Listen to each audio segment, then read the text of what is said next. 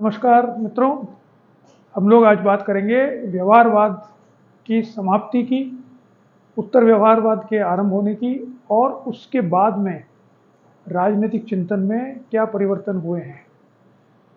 यानी 3 भागों में राजनीतिक चिंतन को हम विभाजित करते हैं। पहला तो है प्लेटो से लेकर के 19वीं शताब्दी के उत्तरार्ध तक, बल्कि 20वीं शताब्दी के पूर्वार्ध तक। वो तो एक फेज़ है। दूसरा फेज़ शुरू होता है द्वितीय विश्व युद्ध के बाद से लेकर के 1970 तक या 1969 तक, जो हम कर रहे हैं व्यवहारवाद। तीसरा फेज़ शुरू होता है उत्तर व्यवहारवाद से और फिर समसामयिक राजनीतिक सिद्धांत में।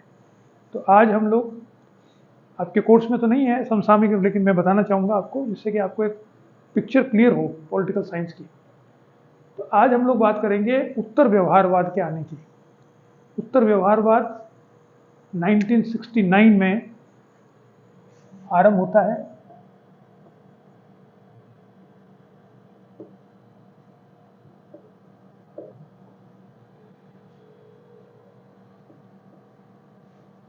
नाइनटीन 1969 में डेविड ईस्टन ने एक भाषण दिया था। उसमें उसने घोषणा की थी कि व्यवहारवाद का समय अब समाप्त हो गया है और अब हम उत्तर व्यवहारवाद की तरफ जा रहे हैं या हमें जाना चाहिए।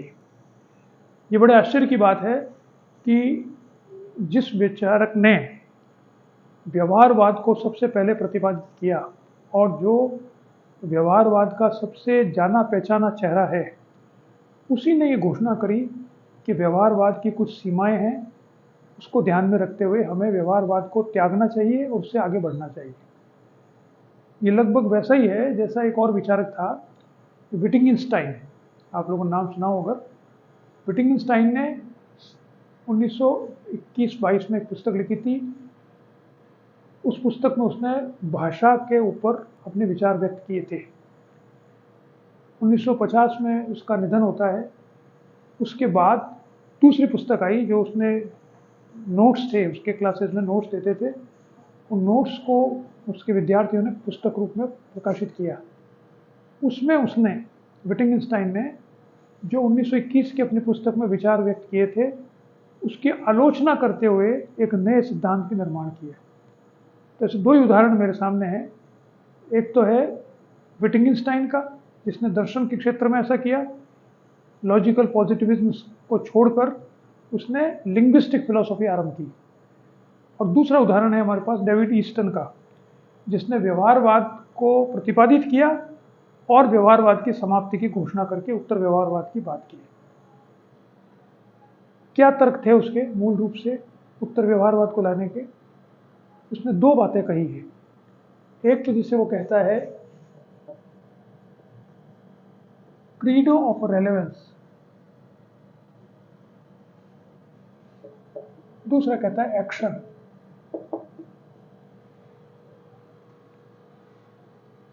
उसने 2 बातें कही कि व्यवहारवाद की 2 सीमाएं हैं, या व्यवहारवाद का उपयोग करते हुए राजनीतिक वैज्ञानिक 2 प्रकार की सीमाओं को महसूस करने लगे हैं।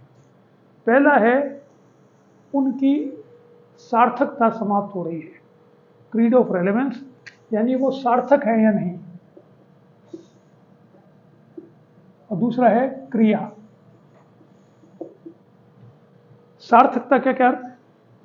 कि वो जो रिसर्च कर रहे हैं, उस रिसर्च का राजनीति के ऊपर कोई प्रभाव नहीं पड़ रहा। उस रिसर्च को समाज का जो बहुत बड़ा तबका है वो उससे बिल्कुल अलग है, उसको स्वीकार ही नहीं कर रहा। जैसे उसने उदाहरण दिए कि 1960s में, 65 के बाद में, हम जानते हैं वियतनाम युद्ध हुआ एक। उस वियतनाम युद्ध में अमेरिका ने हस्तक्षेप किया। वियतनाम के 2 टुकड़े हो गए थे और उनके बीच में जब युद्ध था, उसमें अमेरिका ने हस्तक्षेप करके एक जो साम्राज्य था या एक जो सरकार थी, उसको समर्थन करने के लिए वहाँ पर हस्तक्षेप किया। वो 2-3 वर्षों तक चलता रहा और अमेरिका के सैनिक उसमें मारे जाते थे। तो किसी भी युद्ध में सैनिक तो मारे ही जाएंगे। तो अमेरिका का जन समाज जो था, जन समूह, सामाजिक लोग, वो इस बात पर चिंता व्यक्त करने लग गए कि ये अब वियतनाम अमेरिका से इतना दूर है वियतनाम का युद्ध का अमेरिका पर कोई प्रभाव नहीं पड़ रहा है, तो हम अपने लोगों को, बच्चों को वहाँ क्यों भेज रहे हैं लड़ने के लिए, और वो मर रहे हैं वहाँ पर। तो सरकार की नीतियों का विरोध होना शुरू हुआ, विश्वविद्यालय में हुआ, आम जनता में हुआ। ऐसे समय में जब 1960s के 65 से 70 के बीच की बात है ये, उस समय में जो राजनीति वैज्ञानिक व्यवहारवाद का अध्ययन कर रहे थे, वो क्या अध्ययन कर रहे थे कि किसी स्टेट में इलेक्शन कैसे हो रहे हैं, किसी स्टेट में कौन सा गवर्नर चुना जा रहा है। तो लोगों ने पूछना शुरू किया कि भाई राजनीति का सबसे बड़ा जो हमारा मुद्दा है वो तो ये है कि अमेरिका की विदेश नीति सही है कि गलत है। अमेरिका वहाँ पर हस्तक्षेप कर रहा है, उसके बारे में तो आप कुछ कह नहीं रहे हो, उसके बारे में अपने विचार व्यक्त नहीं कर रहे हो, उसके ऊपर शोध नहीं कर रहे हो, और आप शोध कर रहे हो जो हर 3 साल में 5 साल में चुनाव होते हैं उसके ऊपर शोध कर रहे हो, और आप कह रहे हो कि आप वैज्ञानिक हो। तो आप कहाँ से वैज्ञानिक हो? यो आपकी सार्थकता क्या है? आपकी कोई रेलेवेंस ही नहीं है, क्योंकि समाज तो रोज अखबार पढ़ रहा है कि वियतनाम में क्या हो रहा है, हमारे बच्चे मर रहे हैं। तो आप राजनीति का अध्ययन कर रहे हो तो ये तो बताओ कि वो सही कर रहे हैं गलत कर रहे हैं। तो ये प्रश्न सामने आया, तो उन्होंने कहा कि जो व्यवहारवादी है ये कूपमंडूक हो गए हैं। इन्होंने क्या किया कि बड़े बड़े सिद्धांत छोड़कर कहा कि हम तो यथार्थ की राजनीति का अध्ययन करेंगे। अब यथार्थ की राजनीति में अपनी सीमाएं धीरे धीरे छोटी कर ली, अपने शहर तक सीमित हो गए। जैसे आपने पढ़ा होगा, बाद में रॉबर्ट डाहल ने एक पुस्तक लिखी थी 1960s में, हु गवर्न्स। उसकी बहुत महत्वपूर्ण पुस्तक है रॉबर्ट डाहल की।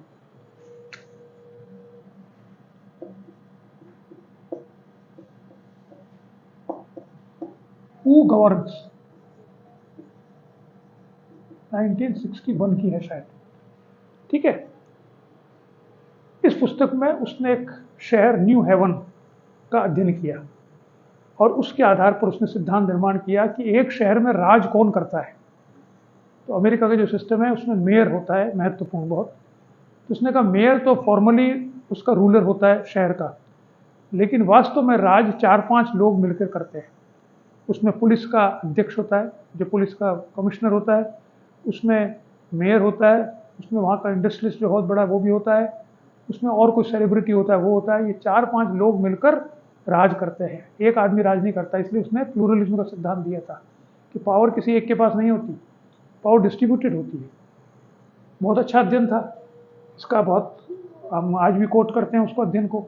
उसने एक नया सिद्धांत दिया प्लूरलिज्म का, बहुलवाद का। लेकिन ईस्टर्न क्या कह रहा है कि ये तो बहुत अच्छा अध्ययन है, लेकिन जो वियतनाम में युद्ध हो रहा है उसका क्या हुआ, उसका तो अध्ययन कर ही नहीं रहे।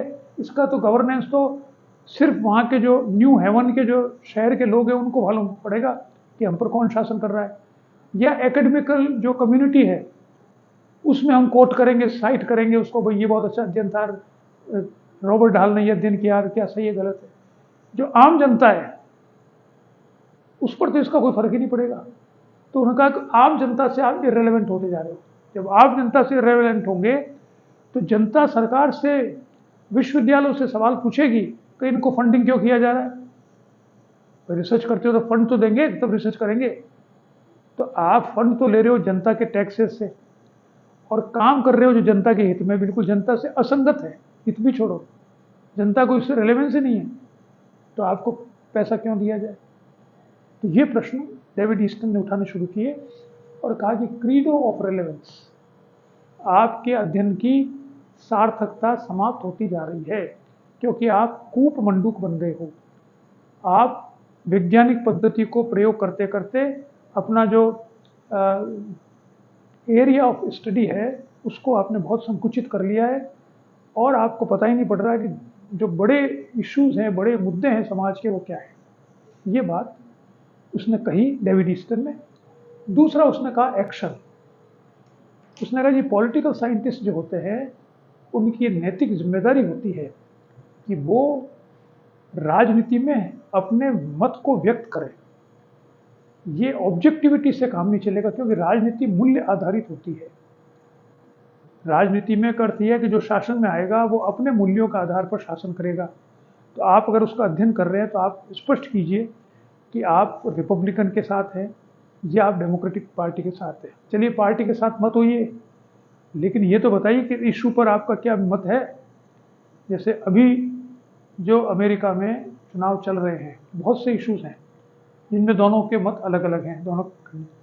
उसमें राजनीतिक वैज्ञानिकों को ये स्टैंड लेना पड़ रहा है कि आप किसके साथ हो सकता है मैं रिपब्लिकन को सपोर्ट करता हूं, लेकिन हो सकता है किसी इशू पर मैं रिपब्लिकन के साथ नहीं हूं, मुझे लगता नहीं ये इस पर इनका मत गलत है। तो आप उसको जनता के सामने प्रस्तुत कीजिए और अपने तर्क दीजिए, ऐसा क्यों है। जनता आपसे अपेक्षा करती है, आप पढ़े लिखे हो, आपने राजनीति का अध्ययन किया, आप राजनीति के प्रोफेसर हो, तो जनता अपेक्षा करती है भाई आप अपना मत बताइए। जैसे एक बहुत बड़ा मुद्दा अभी अमेरिका में चल रहा है एबॉर्शन का, कि क्या महिला को अबॉर्शन करने का, गर्भपात करने का अधिकार होना चाहिए कि नहीं होना चाहिए। ठीक है, ये बहुत जगह चल रहा है वहाँ पे। तो वो कुछ स्टेट्स में इस पर नियम बना दिए, होना चाहिए, कहीं पे नहीं होना चाहिए।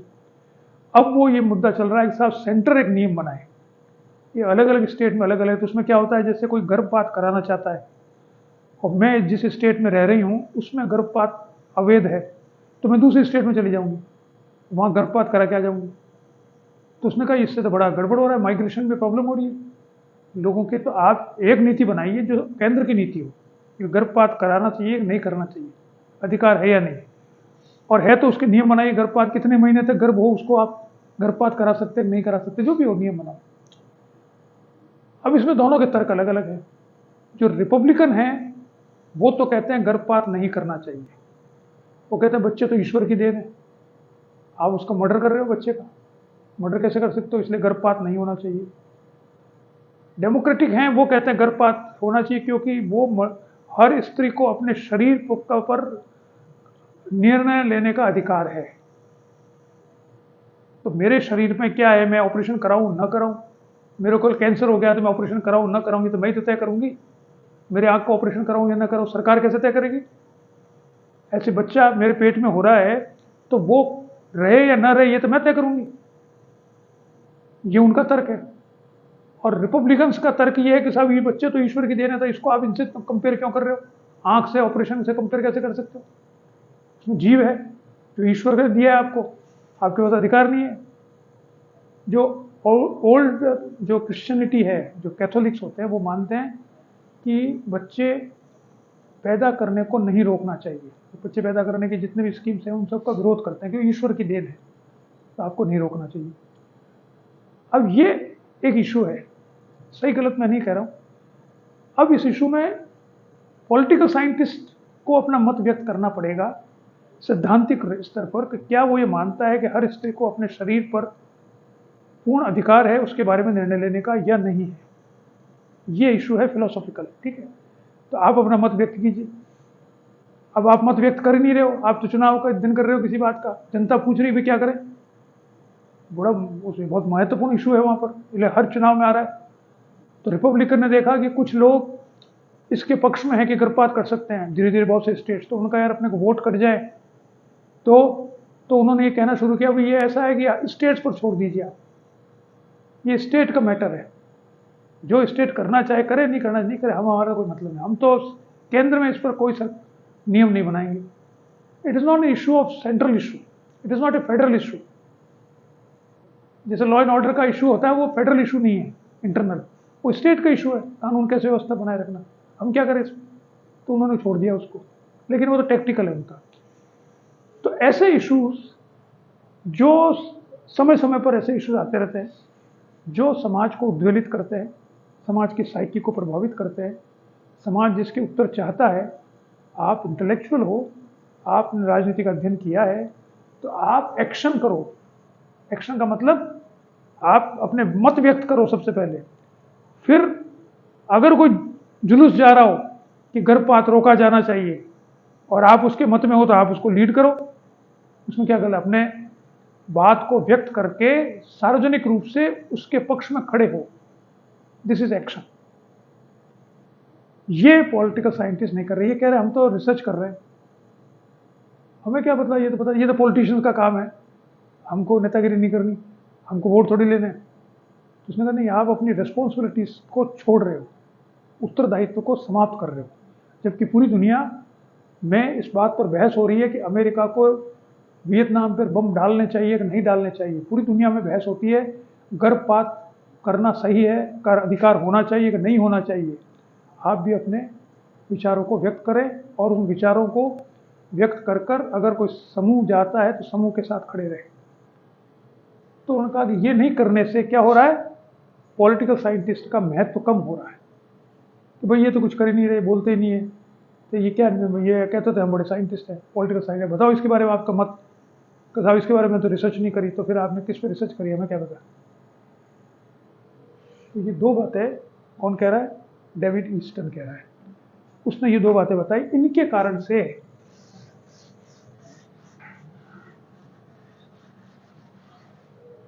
व्यवहारवाद की सीमाएं सामने आ चुकी है। इसलिए अब समय आ गया है कि हम व्यवहारवाद की जगह उत्तर व्यवहारवाद की बात करें, पोस्ट बिहेवियरलिज्म, जिसमें ये दोनों बातें सम्मिलित हो। रेलेवेंस कब होगी, जब आप ऐसे मुद्दों पर रिसर्च करेंगे जो समाज को उद्वेलित करते हैं, समाज को प्रभावित करते हैं, बड़े मुद्दों पर, उस पर भी शोध कीजिए, जिसको समाज, जिसके उत्तर चाहता है, जो चुनाव में महत्वपूर्ण बनते हैं, जो चुनाव के बीच में महत्वपूर्ण बनते हैं।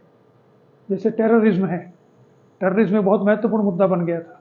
अब उस पर शोध करके बताइए कि इसको कैसे रोका जाए, तब तो आपकी रेलेवेंस है।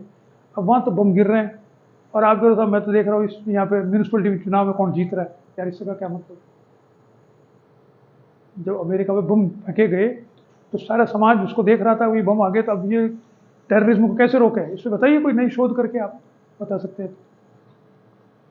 तो 1969 में, 1969 में उसने वहाँ पर अंतर्राष्ट्रीय राजनीति के जो हर साल जो अधिवेशन होते हैं, उस अधिवेशन में वो प्रेसिडेंशियल एड्रेस उसने दिया था 1969 में, जिसको एसपी वर्मा साहब सुन रहे थे, वो वहाँ मौजूद थे, जिनकी किताब का मैंने रेफरेंस कल दिया था, मॉडर्न पॉलिटिकल थियरी, ये उन्होंने लिखा भी है। उससे व्यवहारवाद की समाप्ति की घोषणा की गई। ये व्यवहारवाद की समाप्ति की घोषणा है, जिसमें उत्तर व्यवहारवाद सामने आ गया है। ठीक है, आवाज बंद हो गई क्या?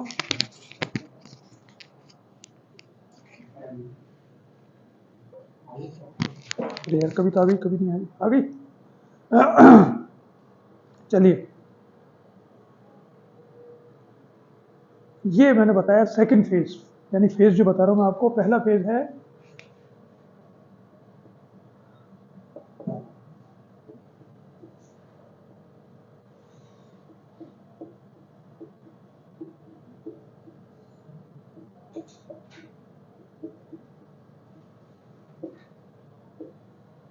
ये राजनीतिक सिद्धांत, ये 3 फेजेस हैं। इसमें आते हैं सारे थिंकर्स और इज्म्स,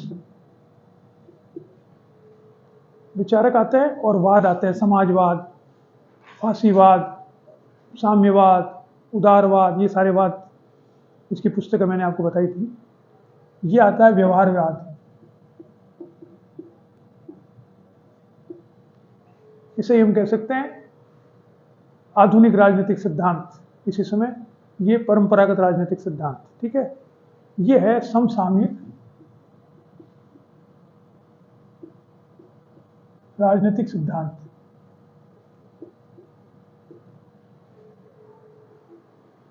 ठीक है, ये थर्ड फेज है। तो ये थर्ड फेज में क्या विशेषता है, ये थोड़ा आज देखते हैं। इसकी शुरुआत होती है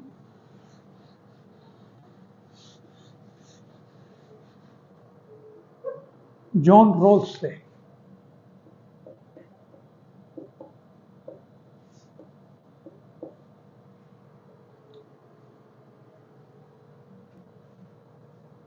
जॉन रॉल्स से शुरुआत होती है 1921 से 2002। जॉन रॉल्स अमेरिका का philosopher, political science, Harvard university का प्रोफेसर था। इसकी पुस्तक आई ए थियरी ऑफ जस्टिस,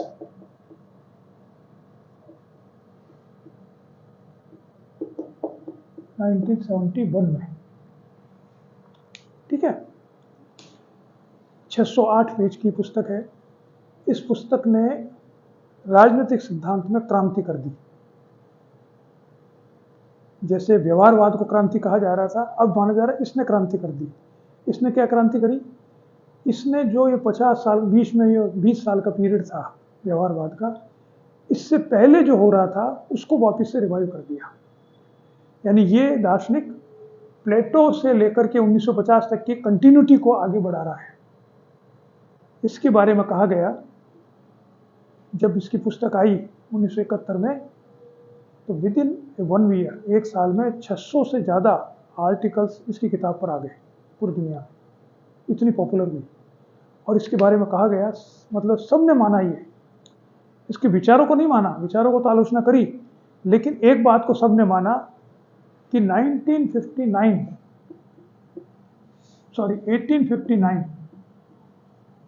या 1858 में किताब आई थी किसकी, ऑन लिबर्टी,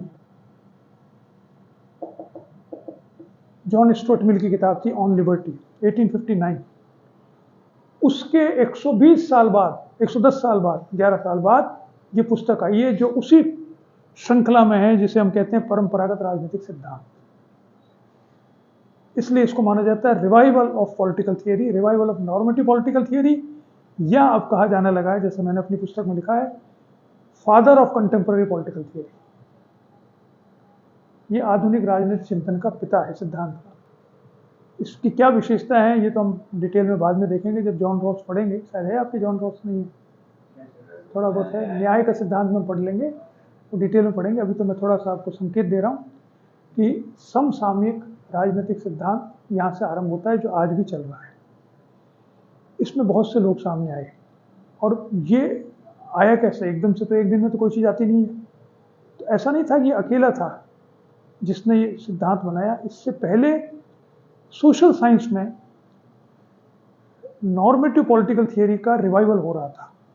जैसे 1950 से 70 के बीच में राजनीति विज्ञान में नहीं, सारे समाज विज्ञानों में व्यवहारवाद आया हुआ था, डोमिनेंट था, क्योंकि समाजशास्त्र से आया था, हमने देखा ही था।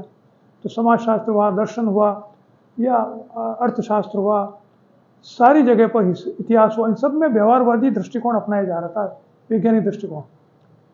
उसके मुकाबले में कुछ लोग थे जो ट्रेडिशनल पॉलिटिकल थियरी या ट्रेडिशनल थियरी को रिवाइव कर रहे थे, और जिसको कहा गया ग्रैंड थियरी।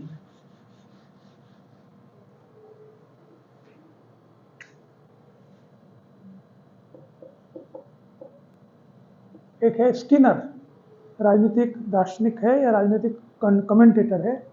इसकी पुस्तक आती है 1984 में या 85 में, revival of grand theory in human sciences.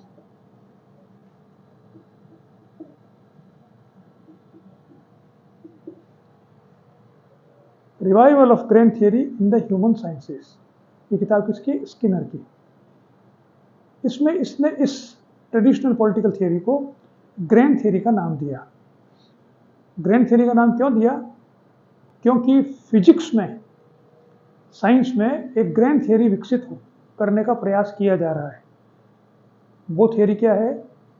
जो स्टीफन हॉकिंस का नाम सुना आपने, जिसने ब्रीफ हिस्ट्री ऑफ टाइम किताब लिखी है, उसमें उसने स्पष्ट किया है ग्रैंड थियरी क्या होती है। ग्रैंड थियरी का मतलब है कि पूरी ब्रह्मांड में 4 प्रकार के फोर्सेस हैं: gravitational force, electrical force, electromagnetic force, positive force and negative force. ये 4 तरह के फोर्सेस होते हैं जिससे ये ब्रह्मांड चल रहा है, ठीक है। तो अब तक 2 फोर्सेस को जोड़ने का सिद्धांत तो बन गया है। कोशिश की जा रही है कि चारों फोर्सेस एक दूसरे में कन्वर्ट कैसे हो मैथमेटिकली, और फिर एक्चुअली वो कोशिश की जा रही है जिसे ग्रैंड थियरी कहा जाता है। तो फिजिसिस्ट आज कोशिश कर रहे हैं इस ग्रैंड थियरी को बनाने की, ठीक है, जिसका मतलब है कि एक थियरी से सब कुछ समझा जा सके। अभी कुछ चीज़ें ग्रेविटेशन फोर्स से समझी जाती है, कुछ इलेक्ट्रोमैग्नेटिक फोर्स से समझी जाती है, कुछ पॉजिटिव इलेक्ट्रॉन जो एटॉमिक फोर्सेस होते हैं नेगेटिव, उनसे समझी जाती है। अब कोशिश की जा रही है चारों एक साथ मिलकर एक ही हो जाए, जिससे सारी दुनिया की सब बातें समझ में आ जाए एक ही इक्वेशन से। ऐसा ही प्रयास ह्यूमन साइंसेस में किया जाने लगा था 1960s में, जिसका कल्मिनेशन जॉन रॉल्स का पॉलिटिकल साइंस में आता है 1971 में।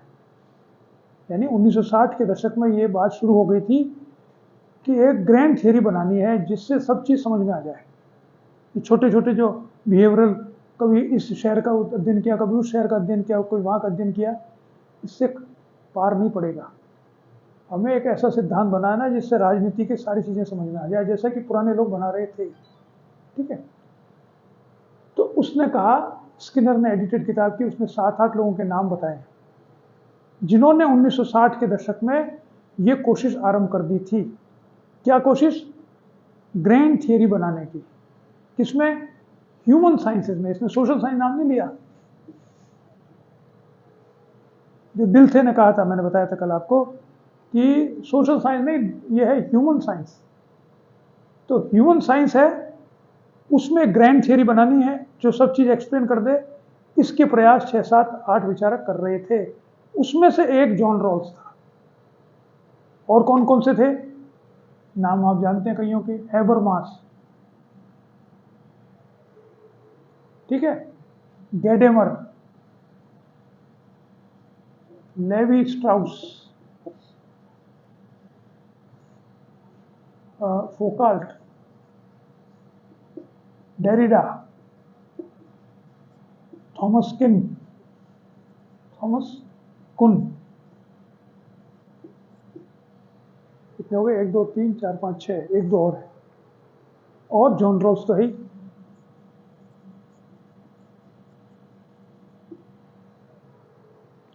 ये सारे वो लोग हैं जिन्होंने 1960 के दशक में नॉर्मेटिव थियरी क्रिएट करने का प्रयास किया।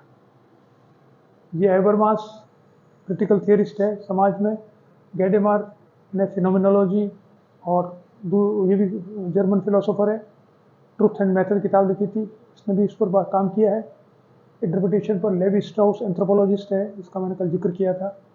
मिशेल फुको फ्रेंच फिलोसोफर है। डेरिडा फ्रेंच फिलोसोफर है।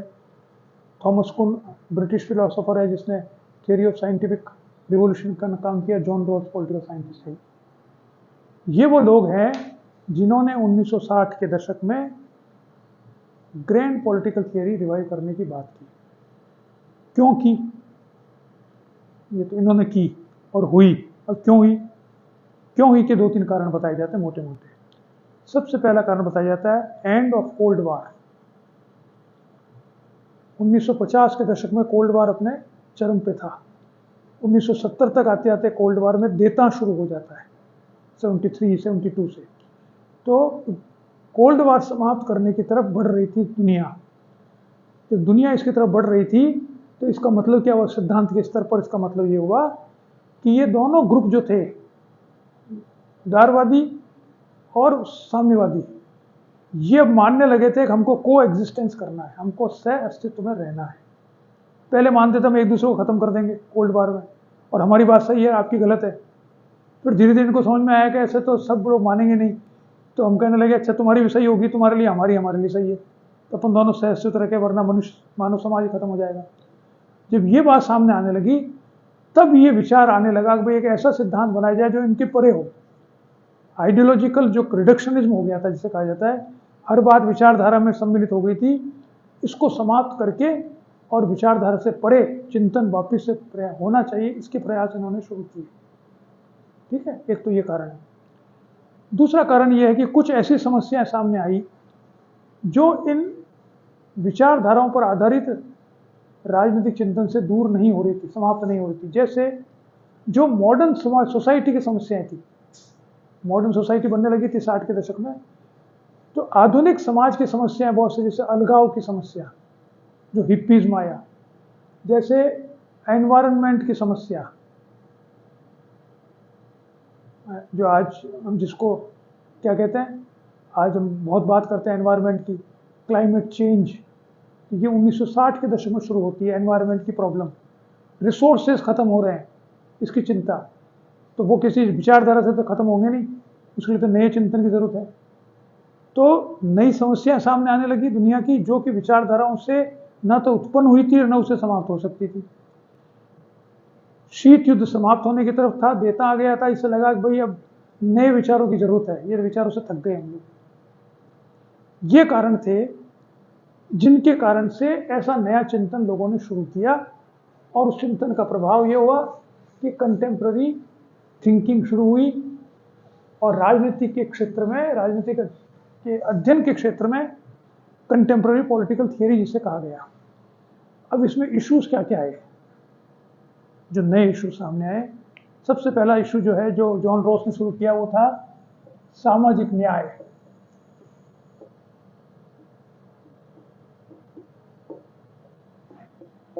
मुद्दे, समसामयिक राजनीतिक सिद्धांत के मुद्दे क्या क्या है। पहला तो था सामाजिक न्याय। जो थियरी ऑफ जस्टिस है वो मूल रूप से सामाजिक न्याय का सिद्धांत है। उसी को हम आज कभी रिजर्वेशन कहते हैं, यहाँ पर, वहाँ पर कोई दूसरा नाम लेते हैं, अलग अलग नाम होते हैं, लेकिन मूल रूप से ये है कि समाज के द्वारा जो समाज के लोगों के साथ अन्याय हुआ है उसको कैसे कम किया जा सके, खत्म किया जा सके, ये सामाजिक न्याय है। प्रकृति ने अन्याय नहीं किया है, प्रकृति ने तो मनुष्य को समान बनाया है, लेकिन समाज ने अन्याय किया है। जो वर्ग भेद है, जाति भेद है, ये समाज का क्रिएशन है, प्रकृति का नहीं है। तो इसको वापस से ठीक कैसे किया जाए, ये सबसे बड़ी समस्या आज के समय की, समकालीन समय की है। ठीक है, तो सामाजिक न्याय सबसे महत्वपूर्ण आया। दूसरा है स्वतंत्रता। सबसे ज्यादा काम जो हो रहा है वो स्वतंत्रता पे हो रहा है। कैसे परिभाषित किया जाए, नई नई परिभाषाएं आ रही है, स्वतंत्रता को परिभाषित कैसे किया जाए। इसी में एक बात छिपी हुई है स्वतंत्रता में, जो फिलोसॉफिकल भी है, पॉलिटिकल साइंस में तो कम है, फिलोसॉफी ज़्यादा है। हम कहते हैं भाई स्वतंत्रता का मोटे रूप में मतलब निकालते हैं कि एक व्यक्ति को निर्णय लेने की स्वतंत्रता हो, यही तो है स्वतंत्रता।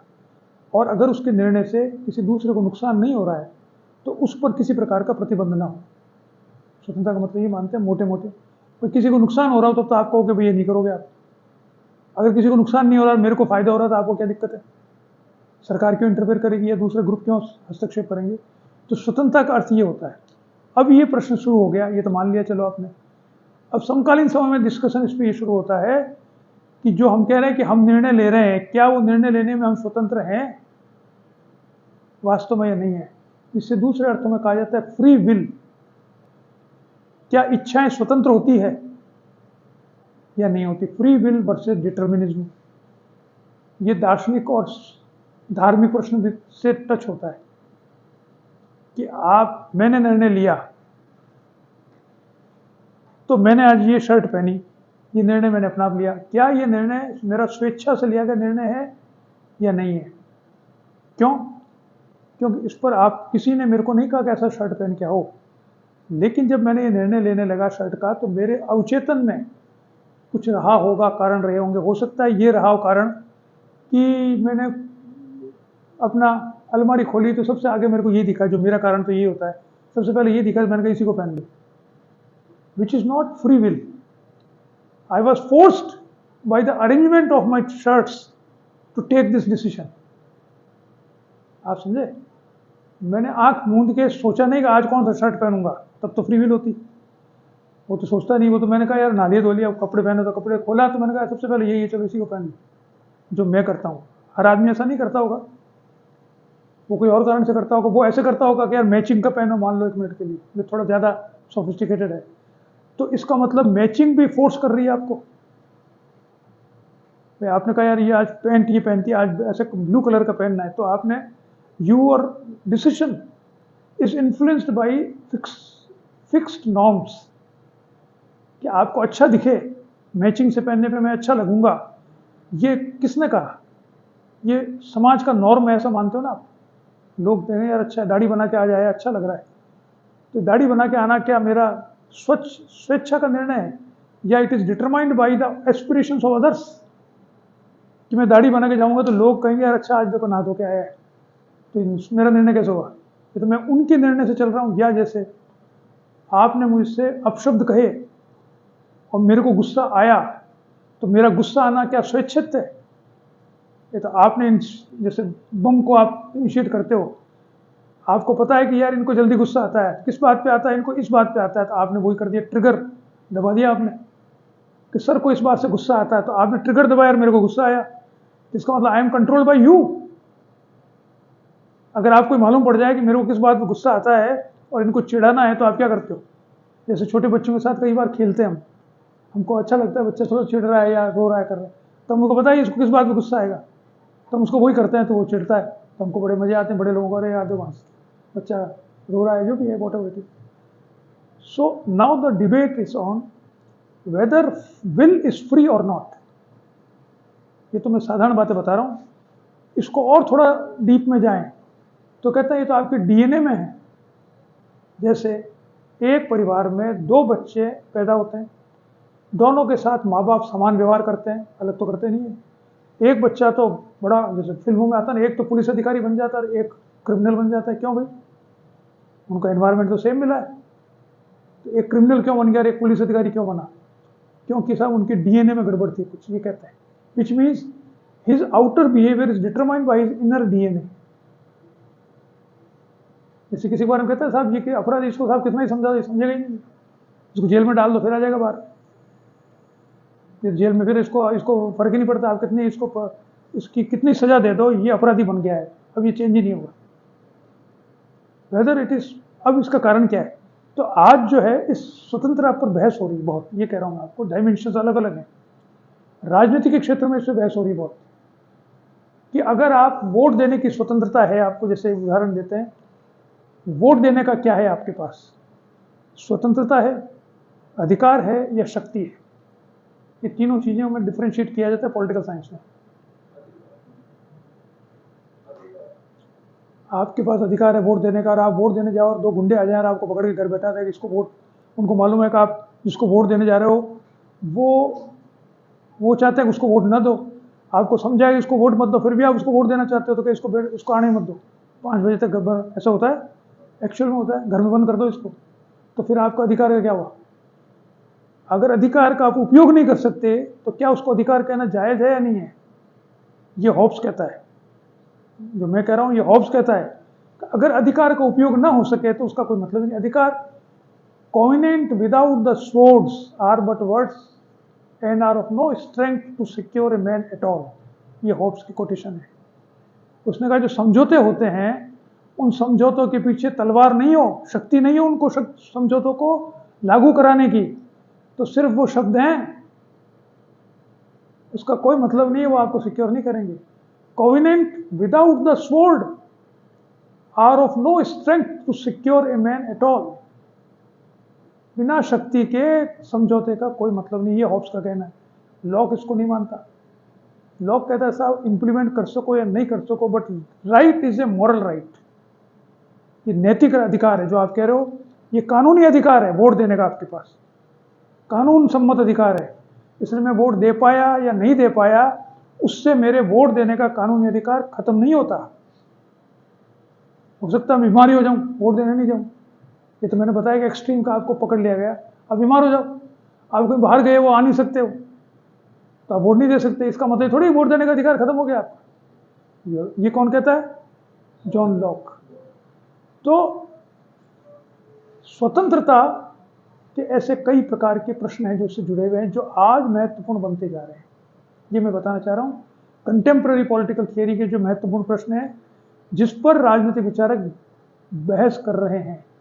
प्लेटो के समय में इस पर बहस नहीं हो रही थी, हॉब्स के समय में भी इस पर बहस नहीं हो रही थी। उस समय तो एक ही बहस हो रही थी कि जन लोग एक दूसरे को समाप्त कर देंगे तो कैसे बचें, जिंदा कैसे रहें, ये थी बहस का मुद्दा।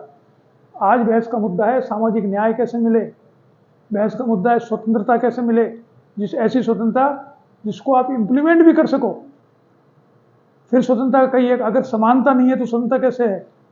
आपको कहा भाई सब लोग रेस में दौड़ो, सब बराबर है, सबको स्वतंत्रता है। अब आपको तो 3 दिन से खाना ही नहीं मिला और वो 15 दिन से प्रैक्टिस करके आया है, तो कौन जीतेगा? ये तो पता ही है। तो समान स्वतंत्रता कहाँ हुई आपकी?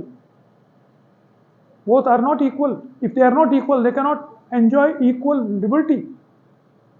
तो समान जब तक नहीं होंगे, समानता कैसे स्थापित होगी? कि जो असमानता है समाज ने क्रिएट की है, उस असमानता को आप समानता में लाओ, तब फिर बराबर होंगे वो, जो सामाजिक न्याय का सिद्धांत है। तो स्वतंत्रता इससे भी जुड़ी हुई है, ठीक है। ऐसे आज का सिद्धांत आजकल है अस्मिता, आइडेंटिटी, पॉलिटिक्स ऑफ आइडेंटिटी। तो साहब मैं व्यक्ति हूँ, लेकिन मैं जिस समूह को बिलोंग करता हूँ उस समूह के जीवित रहने पर, सम्मान मिलने पर ही मेरे को सम्मान मिल पाएगा, नहीं तो नहीं मिल पाएगा। ये एथनिसिटी से जुड़ा हुआ है मुख्य रूप से। जब आज विचारधाराएं कमजोर पड़ गई है तो राज्य जो स्थापित हैं वो सब एथनिक ग्रुप्स अपने आप को असर्ट कर रहे हैं। पहले राजनीतिक रूप से नहीं करते थे, अब राजनीतिक रूप से करने लग गए। जैसे आप देखेंगे बहुत सी रिसर्च होती है, आर्य कहाँ से आए, तो कहते थे आर्य कहाँ से आए, सेंट्रल एशिया से आए।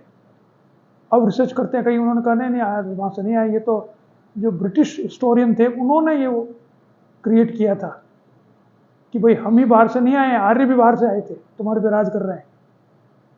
इसलिए उन्होंने कहा ये सेंट्रल एशिया से आए थे, तुमसे हमसे पहले भी, तो हमको ही गाली क्यों दे रहे हो, तो हम बाहर से आए, वो भी तो बाहर से आए थे।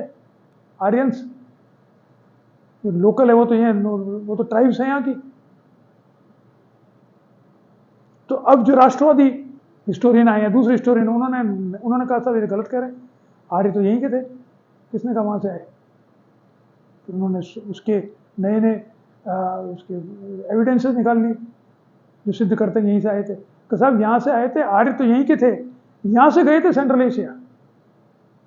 ये कह ना सेंट्रल एशिया और ये भारत में समानता है, तो समानता इसलिए है कि यहाँ से गए थे। कई उदाहरण है इसके, जैसे प्लेटो का न्याय का सिद्धांत ही उदाहरण है कि 3 वर्ग जो बनाए वो तो हमारे यहाँ पहले से मौजूद थे, 4 वर्ण, तो हमसे सीख के गया था वो, उसको क्या पता,